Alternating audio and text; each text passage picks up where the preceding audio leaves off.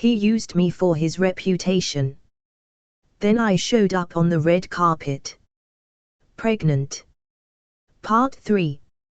Chapter 15. The hospital scene. The crash didn't come with a scream. It came with silence. One moment, Mira was standing in the middle of the Noi Creative Suite, reviewing proofs from the next campaign shoot, sharp, radiant, with a silk robe loosely tied over her rising belly. The next moment, she was gone. Just gone. Eyes fluttered. Knees buckled.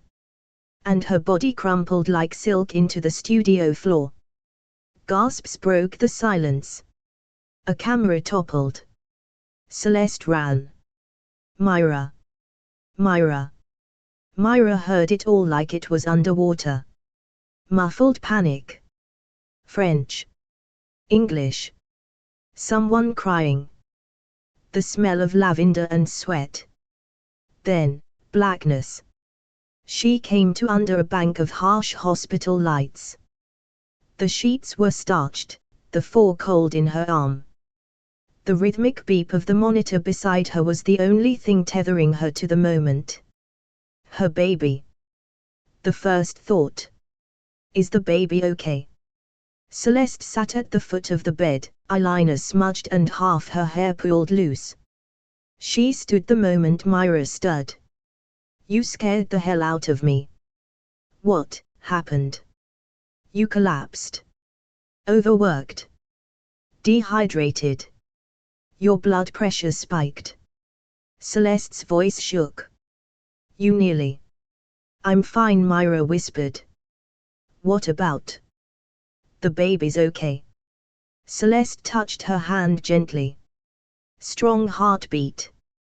But they're keeping you overnight. You need rest. You've been going too hard. Mira sank back into the pillow. Her chest rose and fell, but her breath felt thin. She had been so focused on everything else, Jackson, Clara, the campaign, the lawsuit, that she'd stopped listening to her body. To herself. And her body had finally spoken in the loudest language it had. Collapse.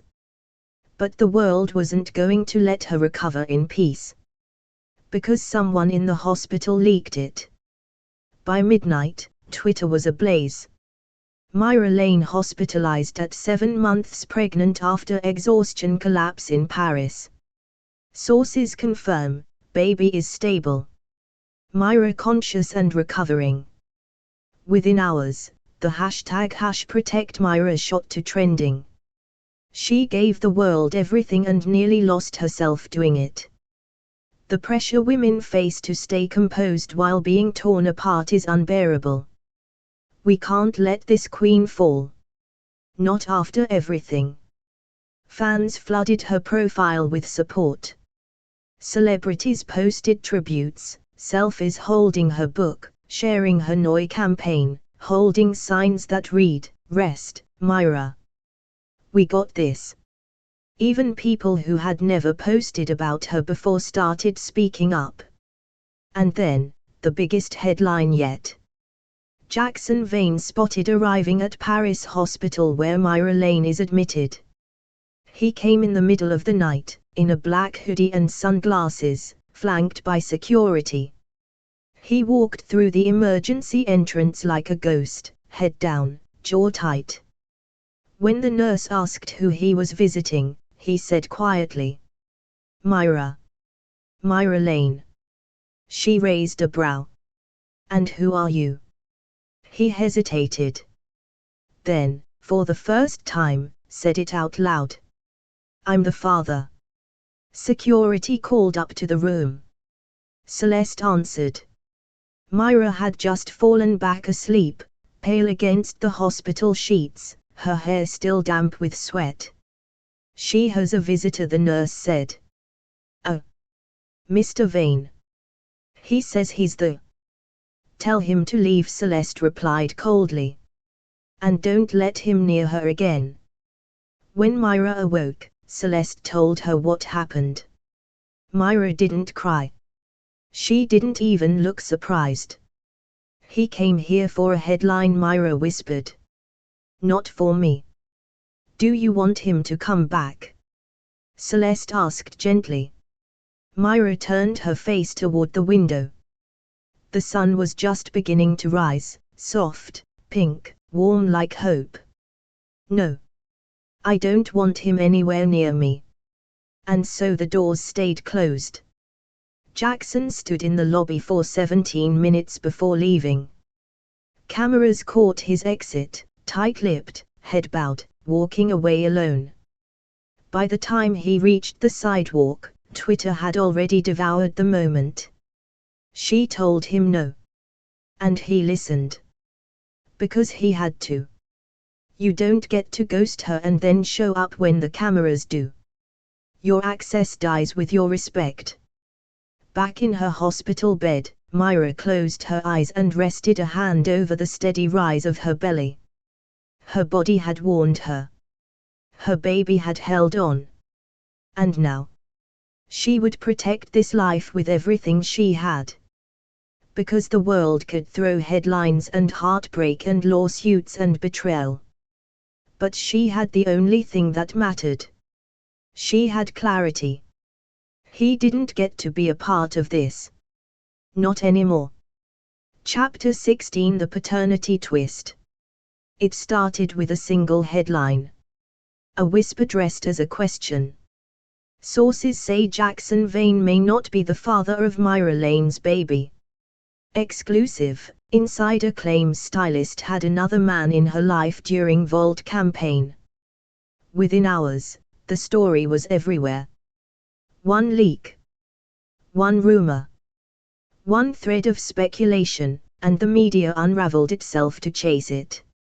Like vultures circling something wounded, every tabloid and gossip blog pounced. Suddenly, the narrative shifted. Not from empathy to hatred, but from support to suspicion. The timeline was the first thing they attacked. If Mira conceived during Tahu, wouldn't that have been late January? She ghosted in early February. That's barely 6 weeks. Did she even know who the father was? Could this be a calculated PR pregnancy? That last one was the most insidious.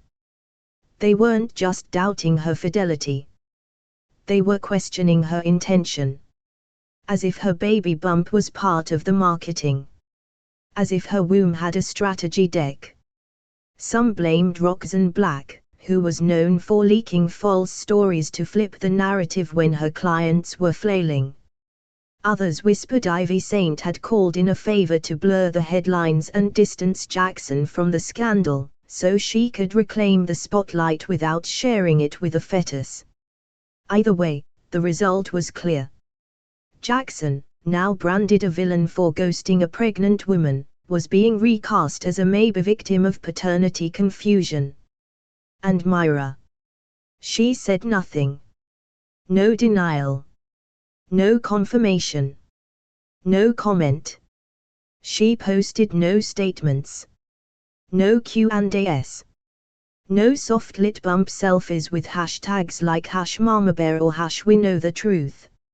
She simply existed. Unmoved. Untouched. Untouchable.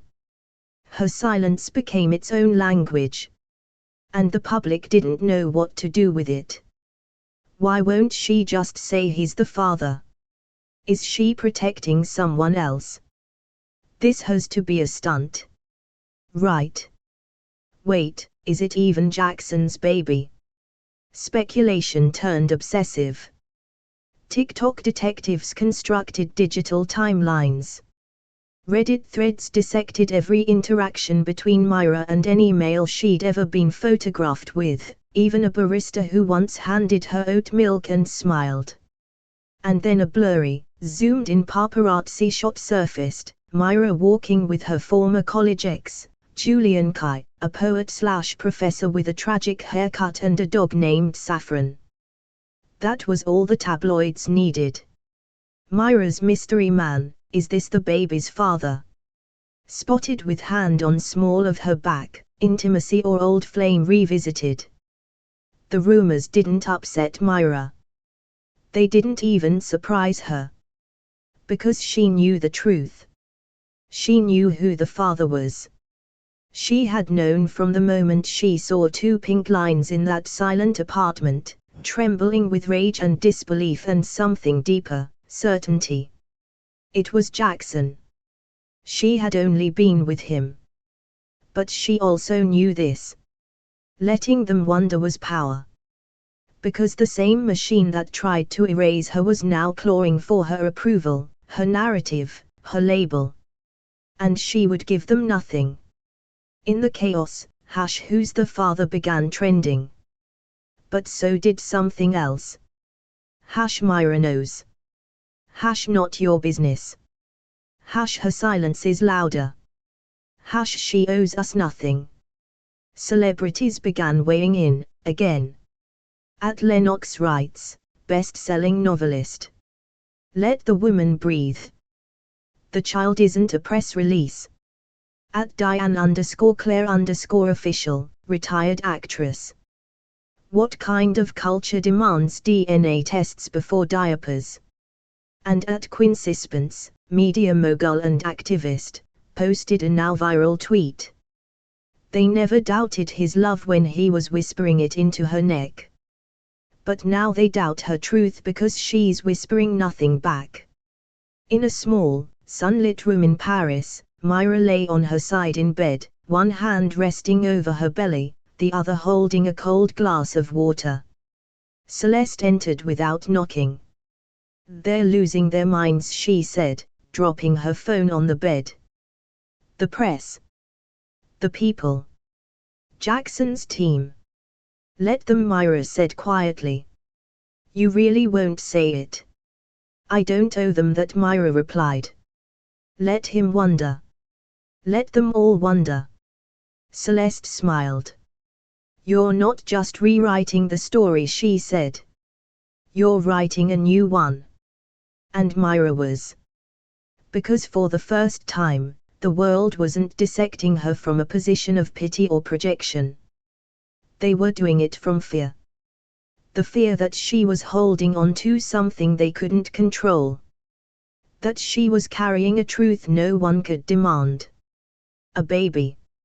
A brand. A legacy. And until she was ready, she would keep it all locked behind silence and steel. Chapter 17: The Secret Video. It dropped at midnight. No press announcement. No influencer teaser. No soft launch or staggered promotion. Just a 30-second video. Posted to Mira Lane's Instagram. Captioned with a black heart emoji and one word. Soon. The screen was black. Then, static. Flickering like an old VCR. And then her voice, raw, stripped, with no music underneath.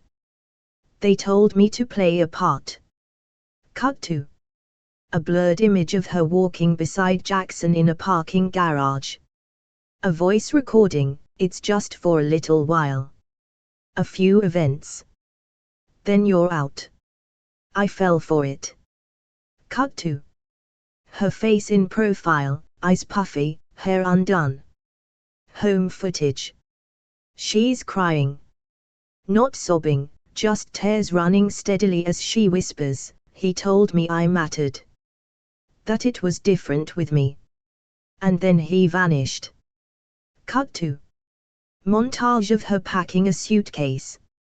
Her hand sliding over a pregnancy test. Her body in silhouette against a French window, visibly pregnant. A slow zoom on her turning toward the camera.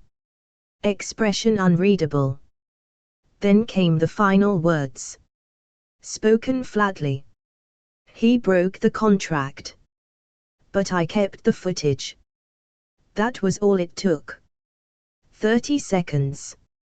By 1 a.m., Mira doc was trending across 4 countries. By 2:30 a.m., Netflix and Prime Video were in a silent bidding war. By 8 a.m., Mira's team was fielding 7 offers, including one from a boutique indie streamer that pledged full creative control, and another from a major studio offering an executive producer deal. One of the bidders called it the most sought-after documentary since Leaving Neverland. But Mira wasn't flattered. She was focused. Because this had been the plan for months. From the moment she left LA, Mira had documented everything. The pregnancy. The betrayal. The media storm. Her own breakdown. Her rebirth. She'd hired a female-led crew, kept the cameras small and intimate, used her own iPhone footage when necessary. She filmed voice memos. Therapy sessions. Late-night thoughts whispered under blankets. She filmed every stage of truth. And now, the world was ready to watch it burn. Tabloids scrambled to get ahead of it. Is Mira Lane about to expose Hollywood's PR machine? Sources say she has footage from inside Volt's boardroom. Jackson Vane, legally terrified of documentary release. Fans speculated about what the doc would reveal. Hidden audio from the contract negotiations. Behind-the-scenes footage of Ivy Saint and Roxanne scheming. Text threads with Clara. Even, allegedly, a hidden recording of Jackson begging her to keep their baby a secret, promising he'd make it up to her later. Jackson's lawyers tried to step in. Again. But it was too late. The court of public opinion had already ruled. They wanted the truth. And only Mira had the unedited version. In private, she met with her legal team in the sun-drenched Paris flat. "I want full control," she said. No edits. No filters. No voiceovers from journalists trying to frame it. Sasha nodded. "Then we'll sell it your way. Not theirs." "What should we call it?" someone asked. Mira paused. Looked out the window. She smiled, just a little. "Call it The Contract." By sunset, every major outlet had run with the headline. Mira Lane to release documentary on faked relationship, media collapse, and pregnancy. Streaming deal rumored at $12 million plus. Insiders call it a career killer for Jackson Vane. And yet, Mira remained silent. She hadn't said a word publicly since the trailer. She didn't tweet. She didn't clarify. Because she didn't have to. Her truth didn't need a press tour. It had footage. It had witnesses. It had a pulse. And soon, the entire world would watch it breathe. Chapter 18: The Premiere Invitation. The envelope arrived on thick, matte black cardstock, sealed with a wax stamp bearing the insignia of a single serpent coiled around a sewing needle. Noy's signature. It wasn't emailed. It wasn't couriered. It was delivered by hand, placed on Mira's bedside table in the Paris loft while she was napping in a sunbeam, a cashmere blanket draped over her belly. She opened it slowly, fingertips tracing the embossed edges. Inside. Mira Lane, an invitation. To the inaugural Red Carpet Reclamation Gala. An evening to celebrate narrative reclamation, radical visibility, and creative defiance. Hosted by Noy. Date, the 17th of May, location, confidential until 48 hours prior. Dress code, unapologetically legendary. At the bottom, handwritten in silver ink, were 4 words from Celeste. "It's your damn coronation." Mira stared at the date. The 17th of May. The same night as the Vault Legacy world premiere. Jackson's comeback. His studio's long-awaited attempt to rebrand him as the edgy, brooding anti-hero of their billion-dollar franchise. The premiere had been announced weeks ago. Black carpet. Military-level security. Red-themed gowns, curated guest list, sponsored hashtags already in circulation. It was meant to be his redemption night. Now, it was hers. Celeste called that evening. "We can move it, if it's too much," she said, unusually gentle. Mira's voice was steady. "Don't you dare. There'll be cameras. Pressure. Noise. I know. Your third trimester is exactly where it should be." The planning began immediately. But this wasn't going to be just another event. This was the stage Mira had been denied. The one she never got to walk beside Jackson, hand in hand, while he soaked in the cameras. The one she'd imagined herself on, once, before she knew the script was rigged. The one where she would now stand, visibly pregnant, not as someone's plus one but as a force all her own. She didn't need an escort. She didn't need protection. She didn't need a man beside her to validate her presence. She had a guest of honor resting just beneath her ribs, kicking, alive, the future rising inside her like a drumbeat. News of the gala leaked faster than anyone expected. Mira Lane to walk black carpet in Paris on same night as Jackson Vane's global movie premiere. Fashion media lost their collective minds.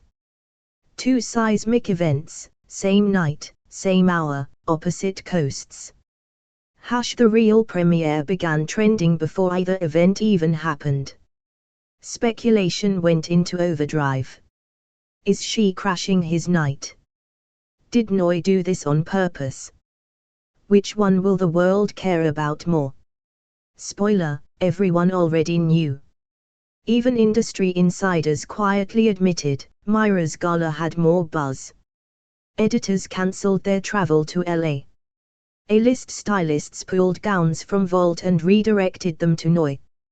Fashion houses offered Mira full creative carte blanche for her look, on their dime. But Mira. She had her look planned months ago. The night before the event, Zadie FaceTimed her.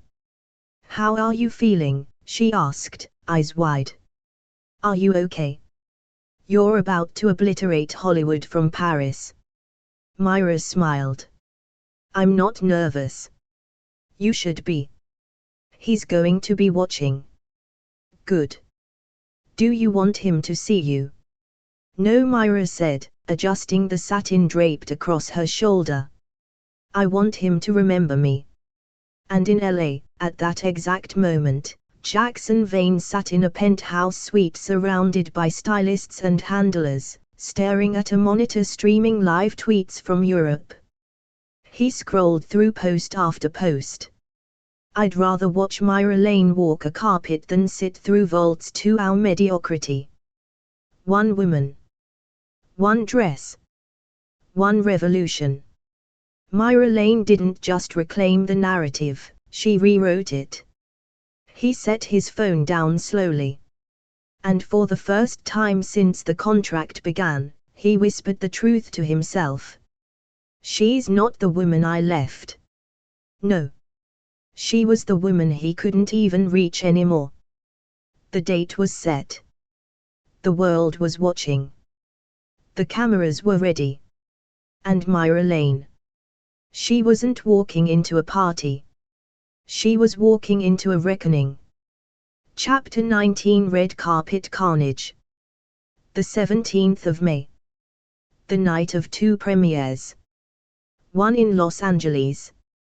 One in Paris. One was for a man. The other was for the moment that ended him. The air outside the Theatre du Minuet in Paris was electric, like the city itself had paused to watch what was coming. Streets were barricaded. Drones buzzed overhead. The press pit was 10 rows deep. Every fashion editor, influencer, and Hollywood defector who mattered had shown up. And then, silence. An anticipatory hush spread across the black carpet like a shiver. And Mira Lane arrived. She stepped out of a sleek, midnight-colored vintage car with no sponsor logos, just velvet black paint and a mirrored finish that reflected the camera flashes like sparks. Her gown was custom. Designed by a collective of Black and South Asian women-led ateliers across 3 countries. It had taken 300 hours to make. Sheer crystal mesh over a sculpted bodice. Veins of hand-stitched silver thread that coiled like vines across her belly, proudly framing her 8-month bump. A cape, black organza, embroidered with the names of silenced women who had been branded hysterical or dramatic or unstable in media stories.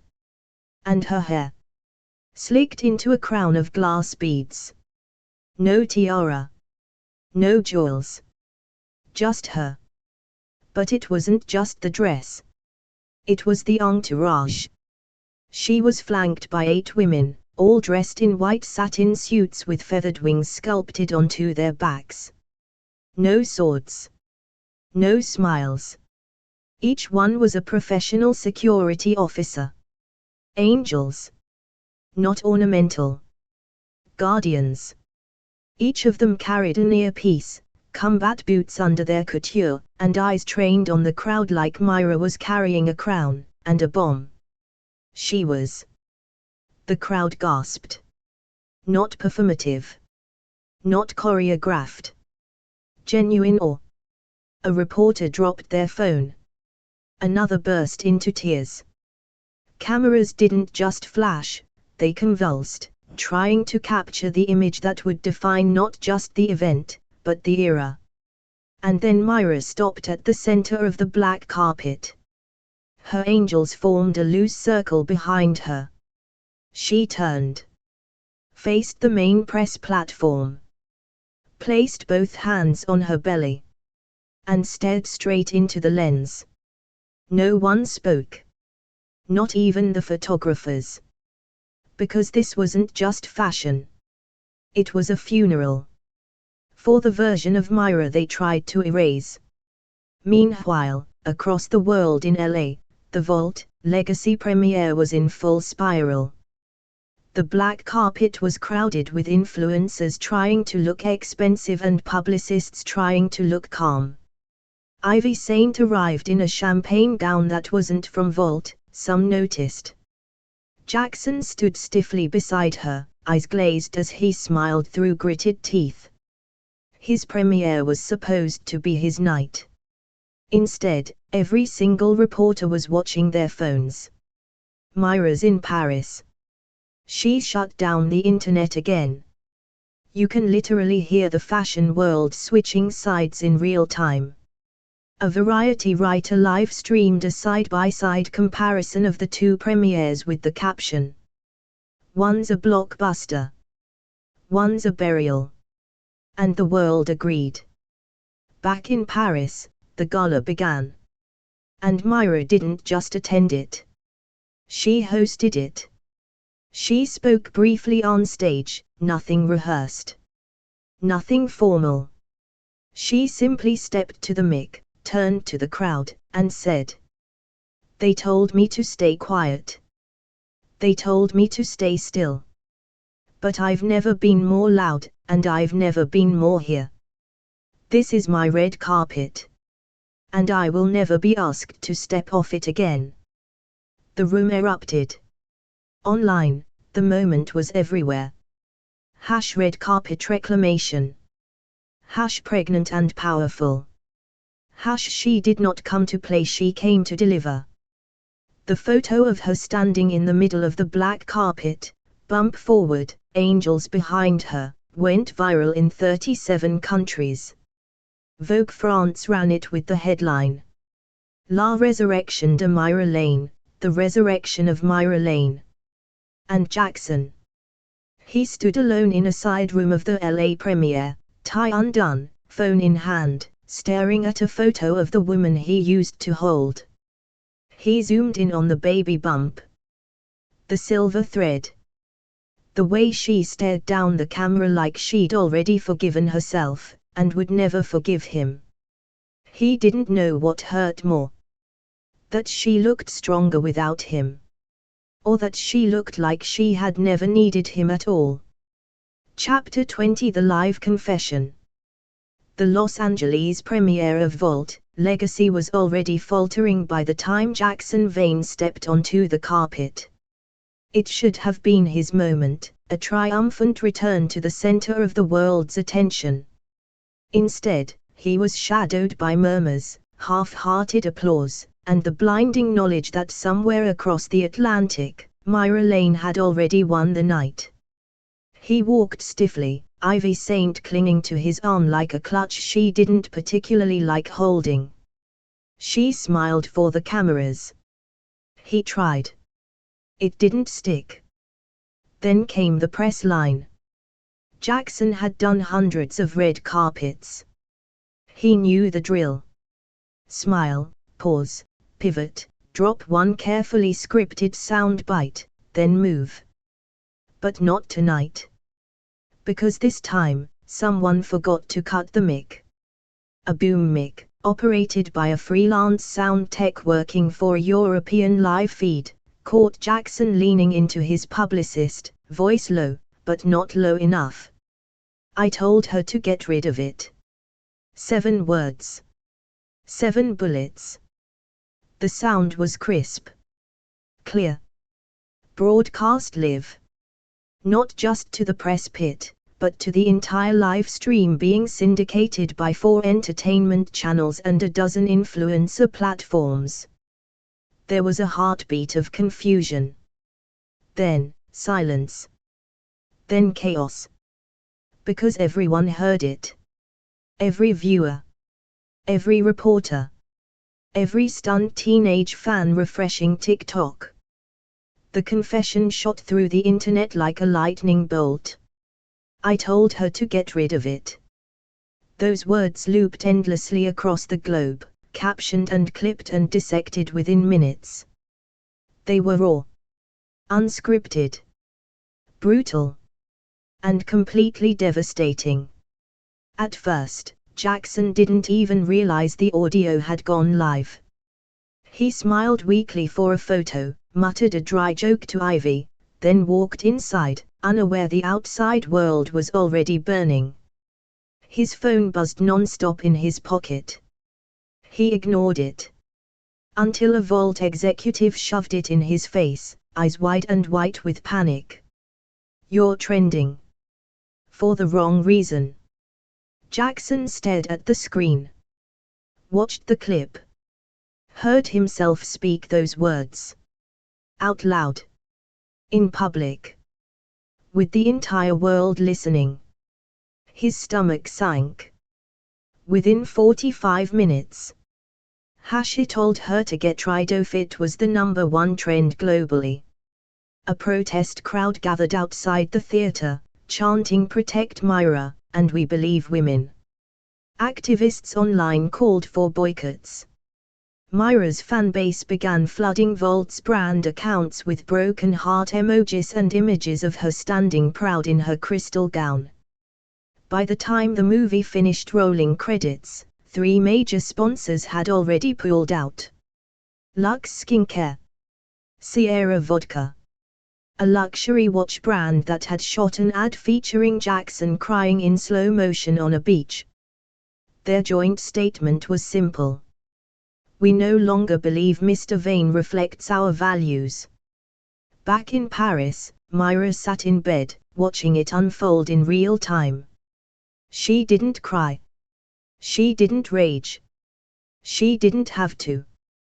Because he had just confirmed everything. Not in court. Not under duress. But casually, on a carpet. He hadn't just ghosted her. He hadn't just blocked her. He had wanted her to erase a life. Their life. And now the world knew. Zadie called, breathless, voice trembling. Are you okay? Mira, please tell me you didn't see. I did, Mira said softly. And I'm fine. But her voice cracked, just barely. Because part of her had needed to hear it from him. Needed it to be undeniable. Irrefutable. Raw. And now it was. The backlash snowballed. Feminist groups mobilized. Celebrities who had once stayed neutral posted messages of support for Mira. Protesters outside the theater held signs reading, "My womb isn't a script note. Mira Lane deserved better. Silence isn't compliance." Late-night hosts dropped their scheduled monologues to cover the fallout. Every entertainment show ran emergency panels with crisis PR experts, most of whom said the same thing. He's done. Meanwhile, Jackson's team scrambled to do damage control. Drafted apologies. Requested misheard narratives.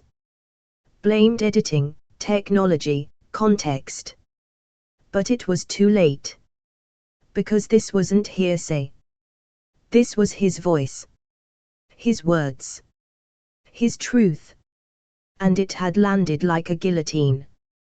Back at the Paris flat, Mira rested her hand on her belly, feeling a soft kick. She whispered something only the baby could hear. Something quiet. Something calm. Something final. You're staying. No matter who tried to erase you. And in that moment, she knew. The world didn't need another headline. It needed a reckoning. Because every broken heart deserves a comeback. If this story touched you, don't forget to subscribe for more emotional romance every week. Hit like, drop a comment, and ring the bell so you never miss a moment of betrayal, redemption, and powerful love. And don't keep the drama to yourself, share this story with someone who lives for twists just like you. Thanks for listening, and remember, sometimes the best revenge is becoming unforgettable.